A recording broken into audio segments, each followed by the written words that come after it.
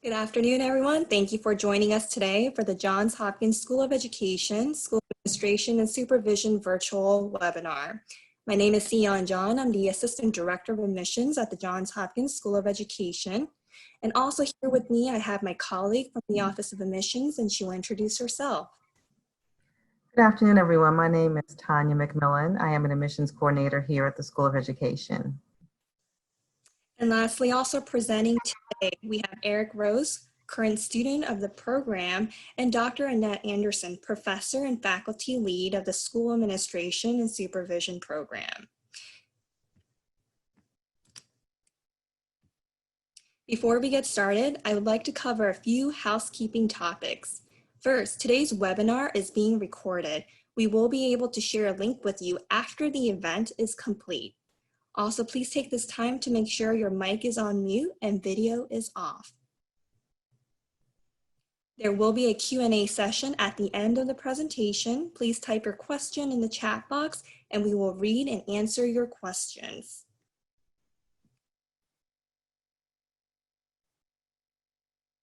Next, I would like to share the agenda for today's virtual webinar. We will kick off the presentation sharing an overview of the Johns Hopkins School of Education. Then Dr. Anderson will go over program details. In addition, we have Eric Rose, current student of the program, here with us, and he will share his journey here at SOE. And lastly, I'll wrap it up with admissions requirements and then go over financial aid. And lastly, leave the floor open for questions at the end. Again, please keep in mind to type your questions in the chat box at the end of the presentation. And to start, we are one of 9 schools at Johns Hopkins University. We began offering college courses for teachers in 1909 and then became our own school in 2007. We are proud to share that the Johns Hopkins School of Education is consistently ranked one of the top schools in education by the U.S. News and World Report.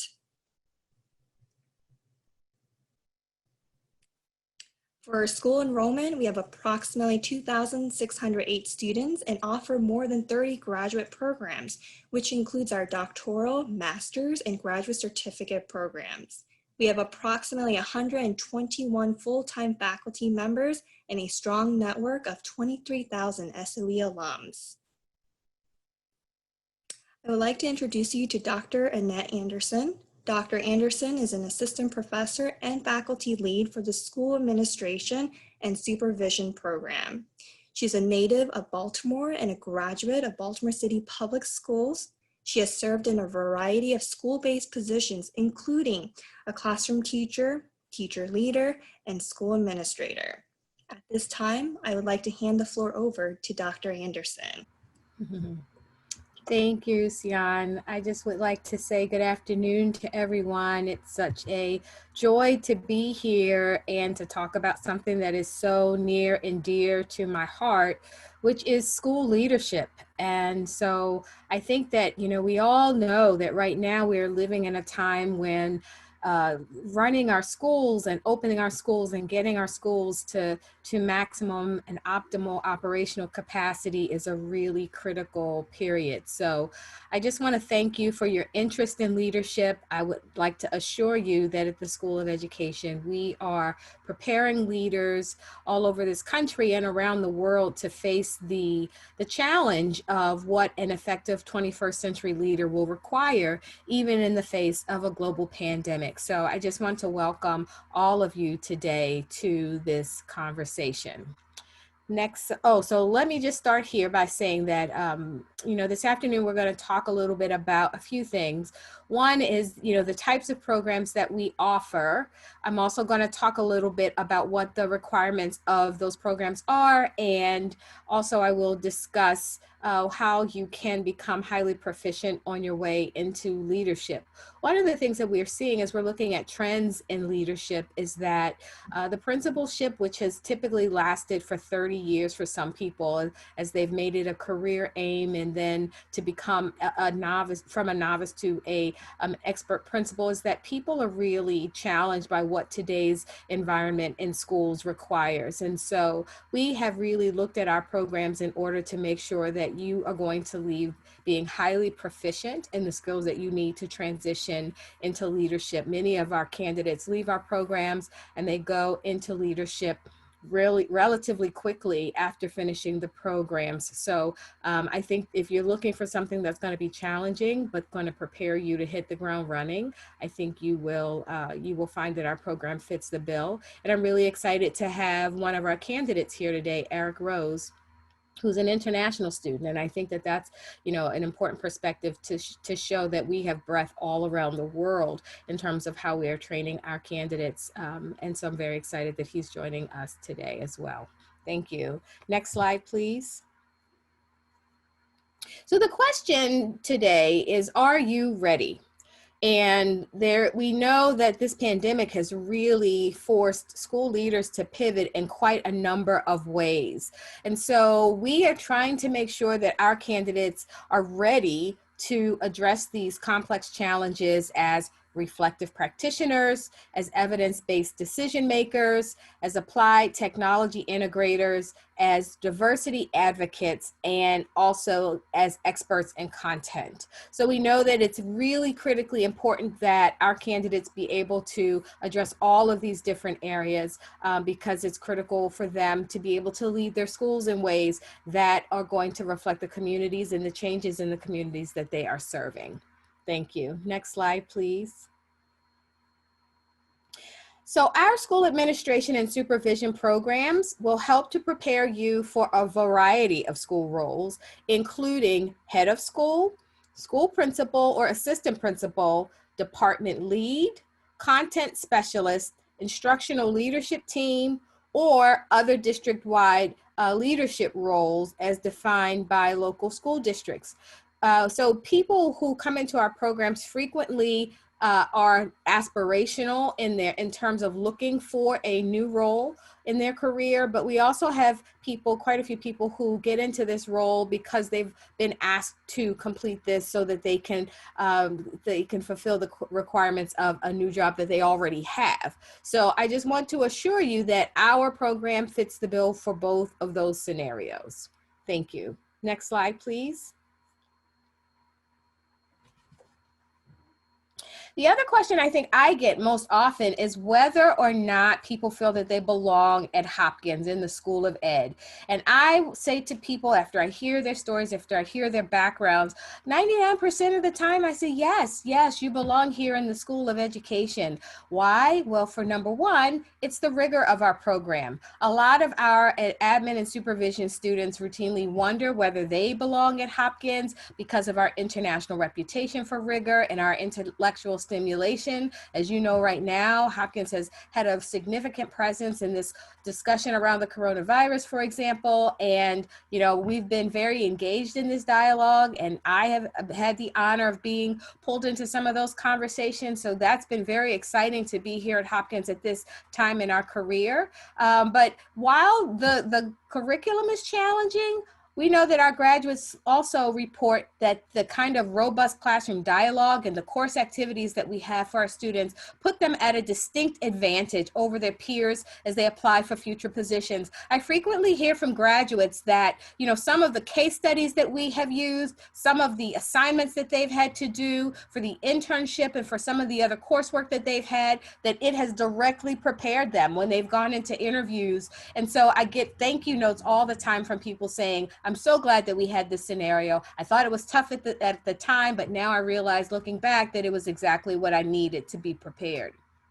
So next is our value. So while our price point may initially seem slightly higher than some other local institutions, our programs are really priced competitively with other nationally ranked universities. And I think the other benefit is that the lasting Hopkins credential has really allowed people to get put ahead of the pack as they consider their future career choices. People tell us all the time that Hopkins name on their resume has opened a door for them, or also because we have so many we have 22,000 alumni across the country, we frequently see that a lot of our alumni get a foot in the door because they meet and they network with other alumni who know of positions in school leadership.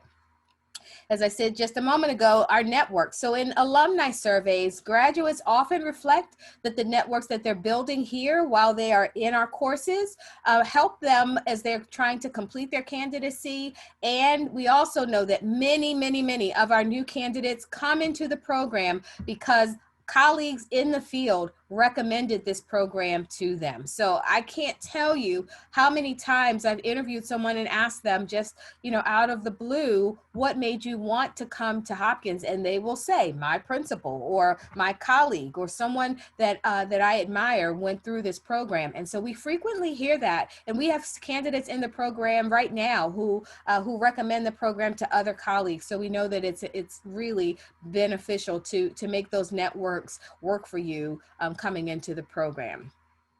So next, I'll say that our diversity is also really key, that we have a very diverse student body. That is one of the draws of being here at Hopkins, is we value diversity here, and you will see that in terms of the content of our work, as well as the demographics and the profile of our students. Our A&S certificate frequently attracts candidates from all across the country, as well as around the world. So we're just as likely to have someone in the program from Maine to Mexico. So I think it's really important to have that diversity of perspective of what school leadership looks like across the globe. All right, thank you. Next slide, please. So I want to talk a little bit about our program options. So for those in education who have a bachelor's degree and some public school teaching experience, we require that you have at least 27 months of public school teaching experience before you apply for the certificate. The School of Ed offers a 39 credit face-to-face master's degree in admin and supervision. You have up to 5 years to complete the master's program, although many of our candidates do finish the program within 3 years by taking 2 courses per semester. In addition to our admin and supervision graduate certificate, we offer 2 online certificate offerings, including a program for our Teach for America candidates, where we allow them to take some of the courses while they are currently enrolled and matriculated in that program as electives. And we have our traditional online certificate program. Certificate candidates, as you see here, have up to 3 years to complete all of the certificate programs that we have available. And we're currently working to build out the online version of our Educational Leadership for Independent Schools program into a full master's program. And we're working on that right now. Next slide, please. All right, so here's where the nuts and bolts come together. Getting through the program. Typically, we offer all of our courses both in the fall and the spring, and we offer all of the courses except for the internship in the summer. So we have 2 starts. The other thing that's important to mention is that we have 2 starts per semester, a regular start and a late start. So typically we have August classes that start, and then we will have at the end of this month an October start for a few more of our courses. So that allows our candidates who want to take 2 classes in a semester, but not necessarily concurrently, to take them consecutively. The capstone internship, as I said a moment ago, is not offered during the summer, and we do allow our candidates to take up to 2 courses per semester. If you have to take 3 courses per semester for some requirements for your district, then that will require having a discussion with me, and we will figure that out, which we are usually very able to do. When you decide to come into the program, one of the pieces of advice that I would share with you is that you should plan to approach your site-based mentor, the person who's going to supervise you during the internship, before the semester that the internship will begin, to ensure that they can commit to the oversight of your work during the internship.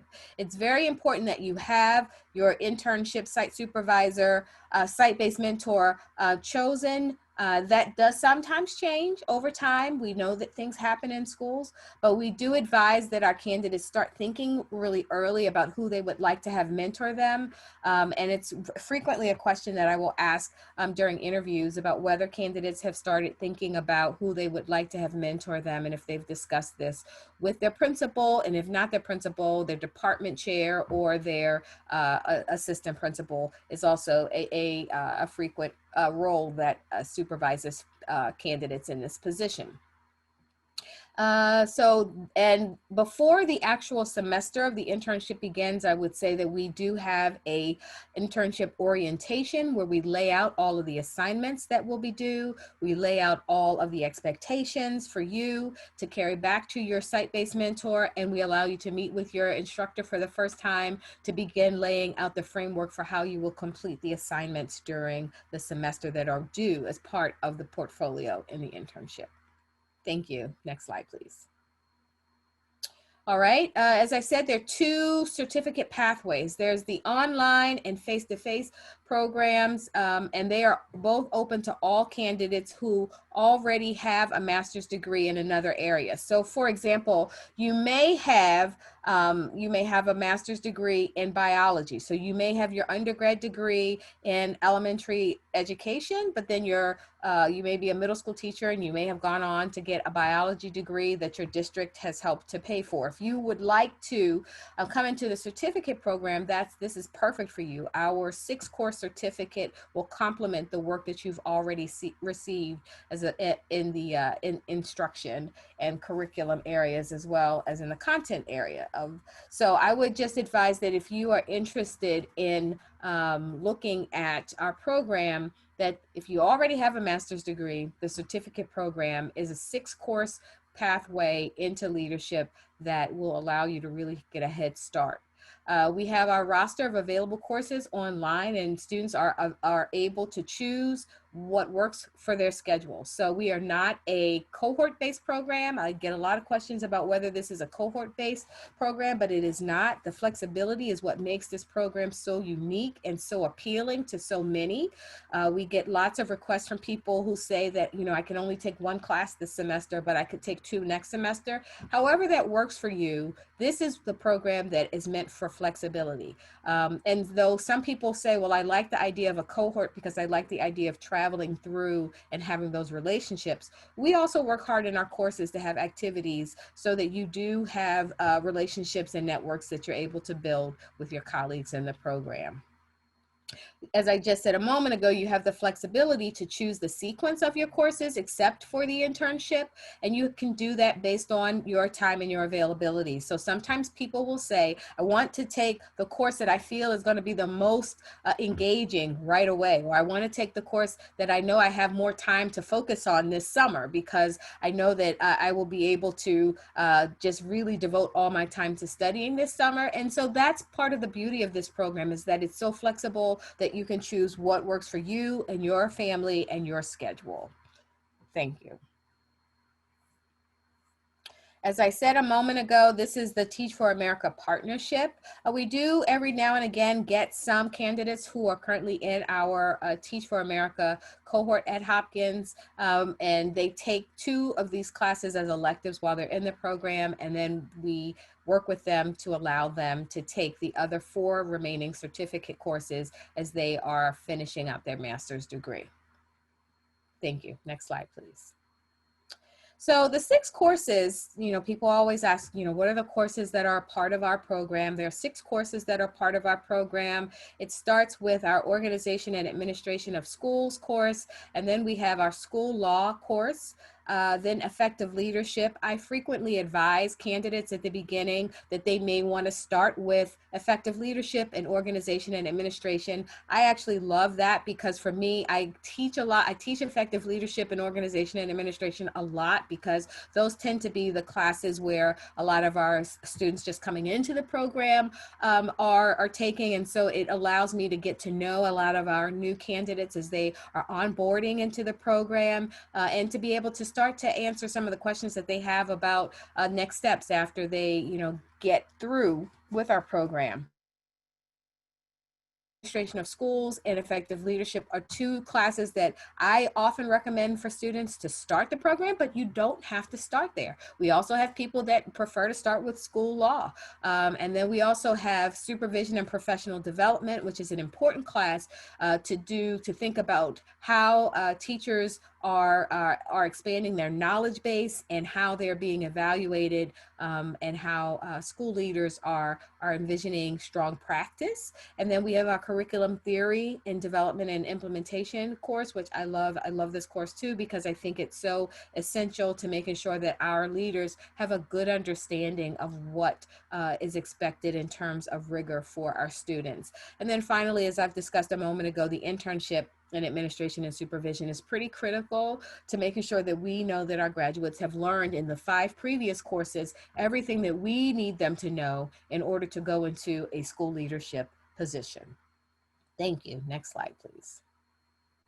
All right, so some people are, pretty ambitious, and they come into the program and say, how can I, Dr. Anderson, get through this program in a year? What do I need to do to finish the program in a year? Well, this is one way that we try to lay this out for candidates. And what's really key about being able to do this mostly is that candidates should have the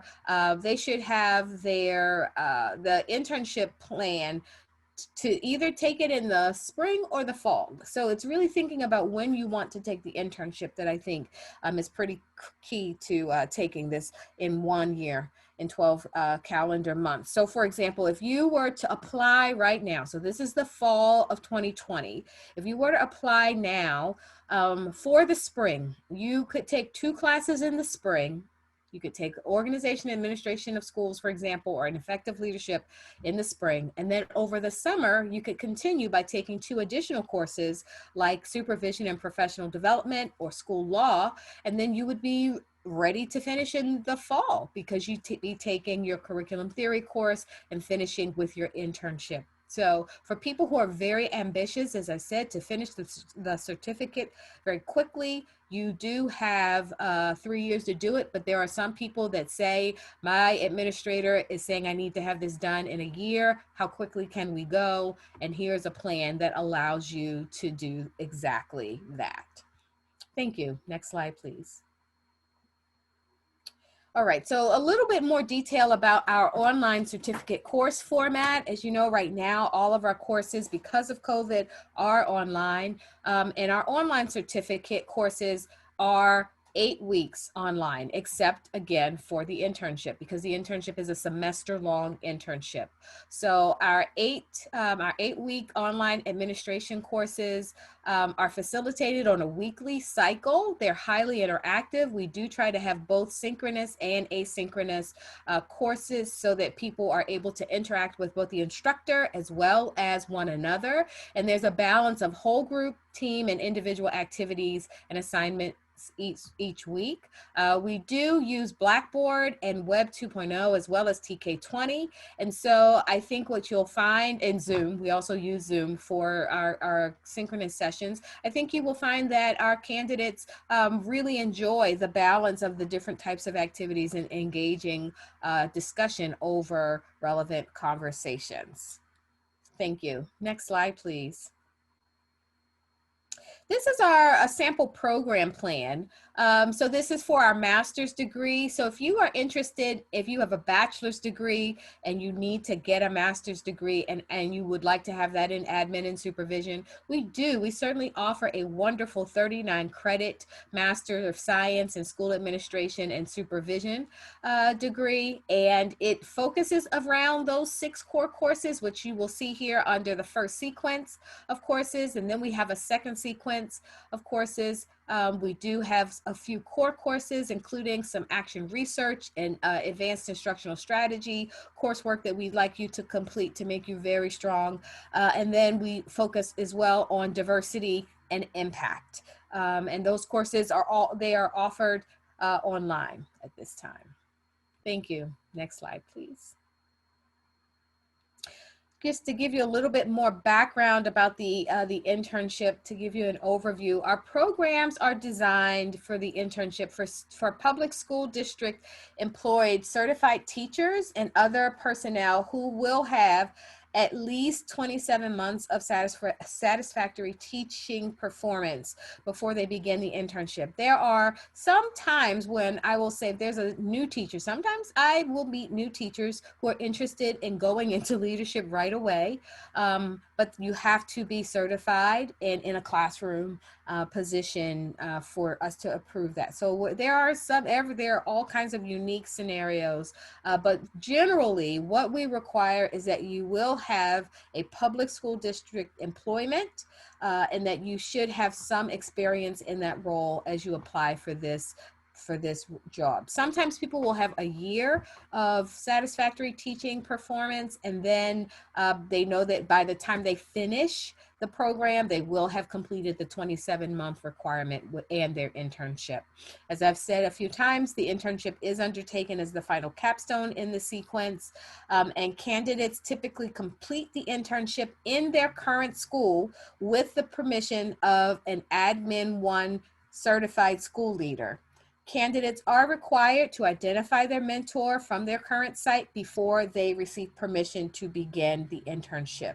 So it's not that you can just enroll in the internship and just go away at it. Nope, we have to make sure that we are aligning that, and we have the fantastic Liesl McNeil, who is our program coordinator, who will work with candidates to make sure that all the paperwork is sufficiently aligned with our expectations. And then after that paperwork gets filed, and we have the list of candidates who are ready to go into their internship, we will assign a site supervisor. So your instructor will be your site supervisor, who will meet with you and your designated mentor. That will either happen in person, they will come out to your school, but mostly for our online students, this happens virtually. And then both the mentor and your site supervisor will successfully evaluate your performance in order for you to be able to move forward and complete our program requirements. So you'll have the duality of having insight from where we sit at Hopkins, but also having the insight from your school leader who is supervising you. And all of this work is aligned to meet the requirements of the professional standards for educational leaders, or the PSEL standards. Thank you. Next slide, please. Core beliefs. So as we are looking into the internship assessments, people often ask us what actually is part of our requirements for the internship. So there are about 6 key assignments. We call them key assignments that are part of this work. And it includes the core beliefs reflection assignment. It includes the your 200-hour requirement. So you're required to do 50 hours of observation. So that could include something like attending a virtual board meeting for a few hours. You can do up to 50 hours of a observation requirement, but then you have to be able to also document 150 hours of activities, of performance hours. And so those are things like leading special education meetings. It could be leading a family engagement session. We want to make sure that our candidates are getting the kind of experiences that will allow them, again, to go right into leadership roles feeling prepared. And you will also be asked to collect artifacts as a part of those assignments. And then you upload all of those effort log activities into TK20 so that your internship supervisor will be able to assess your work. You will then do a clinical supervision reflection. And as I said a moment ago, your mentor will also assess you. You will do a portfolio organization and presentation with this course. And then your internship portfolio reflection paper is also important. Thank you. Next slide, please. All right, so this is the certificate program plan for educational leadership for independent schools. Right now there are 5 courses. If you are an educational leader in an independent school, these are the courses that will be a part of that program. We are working to have these courses online by spring of 2022. As I said, in a new revamped master's program that we think is going to be very attractive for people in both who are local and independent schools, as well as those who are around the globe who are working at independent schools as well. Thank you. Next slide, please. All right. Now I will turn it over to our student speaker, Eric Rose. I'm very excited for him to be here with us today. Eric and I have lots of conversations, and he's one of my favorite students, and I'm just really Oh, excited that he could join us. thank you. Hi, everybody. So my name is Eric Rose, and right now I am currently an IB English teacher at the Casablanca American School in Morocco. Just real quick, I've been teaching for 20 years. Half of that was stateside in a public school. And I came into this program with teacher leadership experience. I was twice a department chair. I also spent some time working at the district office as a teacher on special assignment. So when I came into the program, part of me, I think, expected to kind of be reading a lot of what I already knew. That's definitely not been the case. This is my second semester in the online graduate certificate in school administration and supervision. I started, like I said, in the spring. And what I really like about the program is I think the readings have been really thoughtfully put together. Everything I'm reading, I'm highlighting. I know it's going to be my manual in my next position. And I just think the course design overall has just been really thoughtful. I did start with effective leadership and the organization and administration of school courses. And I felt like they really complemented each other. I really like how the major assignments so far have really forced me to integrate all the theory in very practical ways. Right now, I'm taking the supervision and professional development course, and the activities there, they're very hands-on. There's a group work element in this class that I didn't have in the other two. So there is a nice variety also of activities between the courses. It's definitely very challenging in terms of the writing, but I feel like it really reflects the kind of activities in writing I'll be doing on the job. I wrote a school improvement plan. I've done data analysis. I just finished a clinical observation cycle. And this is my third class, and I would say I've already learned more in those three classes than I thought I would in the whole program. And I feel like it's also really reflected in the quality of the work I'm doing now. So even if I didn't go into a principalship, I would say this has definitely been one of the best professional growth experiences that I've had. The professors are very responsive, they're very approachable, and they're very flexible, which I really appreciate. I know the last, 8 months have been really challenging, and I've always been able to, you get really quick responses from the professors. You can do a Zoom meeting with them. So that's also been a really great part of the program. I chose this program. I actually first heard about it when a colleague recommended it to me, but I ended up choosing it because of the international reputation that Dr. Anderson spoke about. I felt like this degree would open a lot of doors for me. It has that reputation for a reason. It's very rigorous. You could definitely, I think, do it in a year, depending on your workload. I took the summer off for a breather, but I've been doing 2 courses consecutively, so not at the same time each semester. And I have a pretty intensive teaching job right now. I have lots of planning and I have tons of grading, but I'm doing both and I'm really enjoying it. But I work a lot. It's evenings and weekends every week. So I would just say, know yourself, assess your workload, what you got going on right now, and just really be aware of what you can commit to. And I would just second that. I'm definitely feel like I'm going to leave this program really prepared. So thank you. Thank you, Eric, for joining us today and sharing with us your experience here at SOE. Now we're going to continue by going over the application requirements. Applicants must submit a completed application, which can be found on our website. The application fee is $80.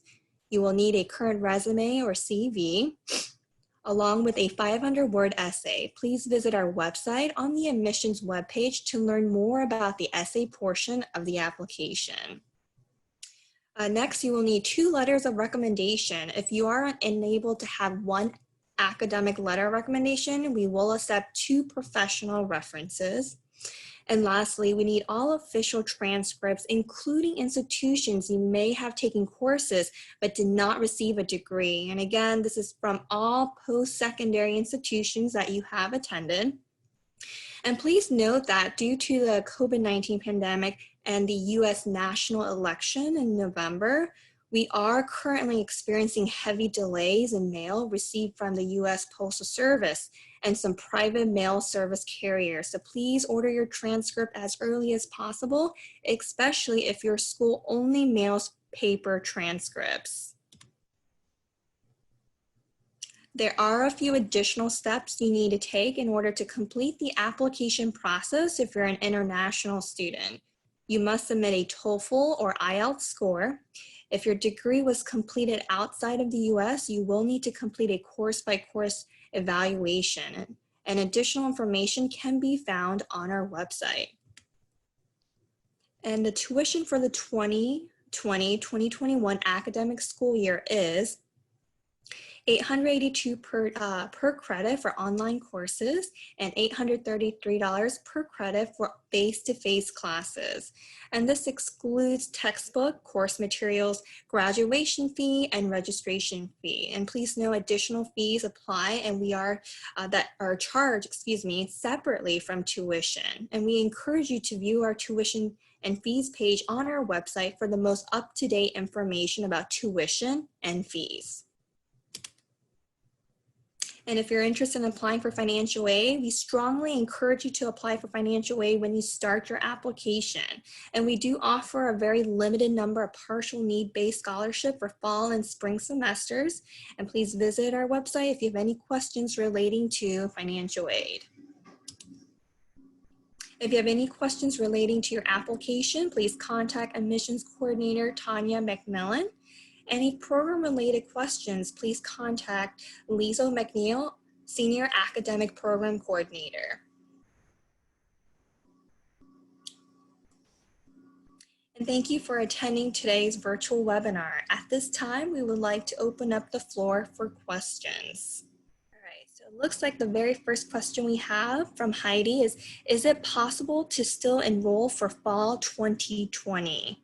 Or is spring 2020, is that the next opportunity to enroll? And Dr. Anderson, feel free to jump in as well. Sure. Hi, Heidi. It's good to see you here. I would just suggest that you get your materials in as quickly as possible. And I would just recommend, because we do have some classes that start at the end of this month. So if you are able to get your materials in and through the admissions process, you may have started the admissions process, I would say contact Liesel. If you have her information, contact her, or they may have our information at the end of this presentation in terms of emails, but email me, but try to get your materials in as quickly as possible, because it is still possible, I think, for you to get in and to get registered for the end of this month for probably at least one class, maybe two, but probably at least one class. But I would definitely recommend you to get started. And I will just have to say, I didn't know that Heidi was going to join this, but I know her and I know her background, and she is exactly the type of candidate that would come into our program and thrive, because she's been a fantastic teacher and she's got a lot of teacher leadership experience. And so now is the time, because she wants to take her career to the next level. This is precisely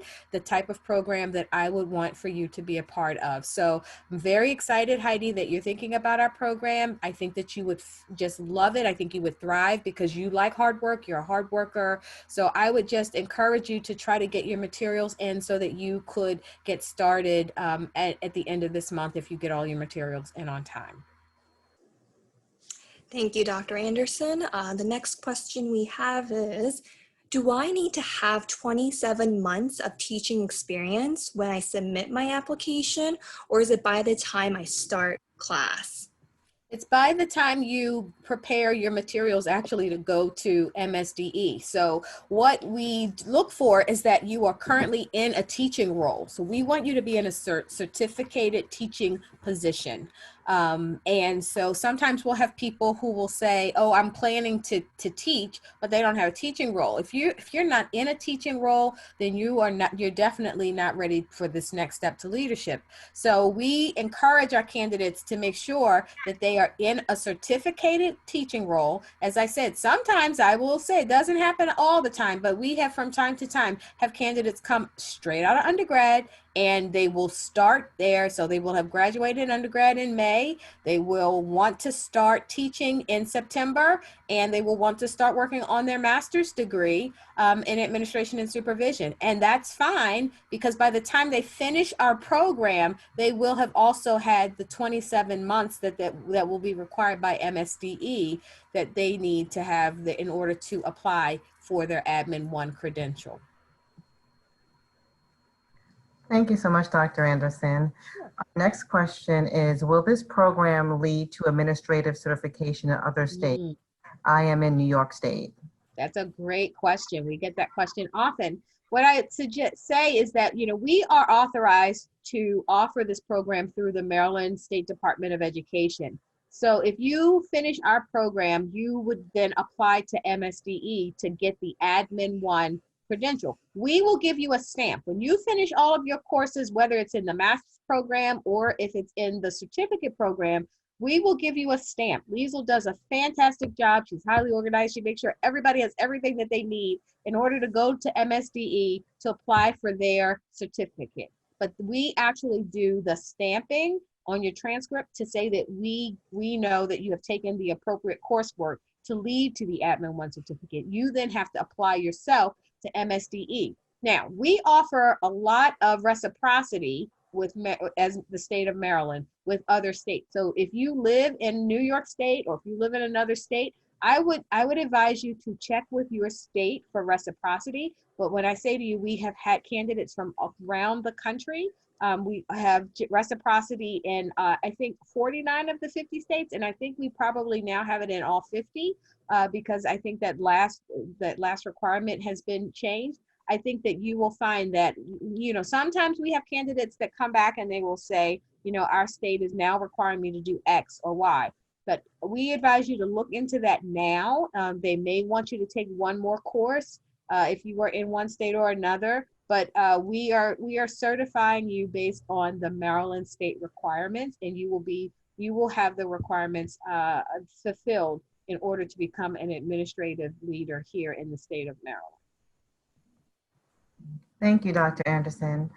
Our next question is the GRE exam required for any of these programs? No, that's a great question as well. No, we do not require the GRE for our program.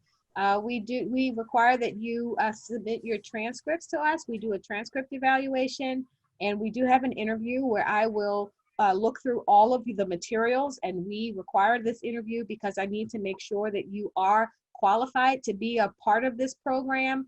From time to time, we'll get people, as I said, that may be in an educational role, but not necessarily in a teaching role. So we need to figure out whether or not the candidates are qualified to be a part of this program. And then we have a great interview process, and then we will, you know, send you off to our admissions decision. But we do not require the GRE for this program. No. Thank you, Dr. Anderson.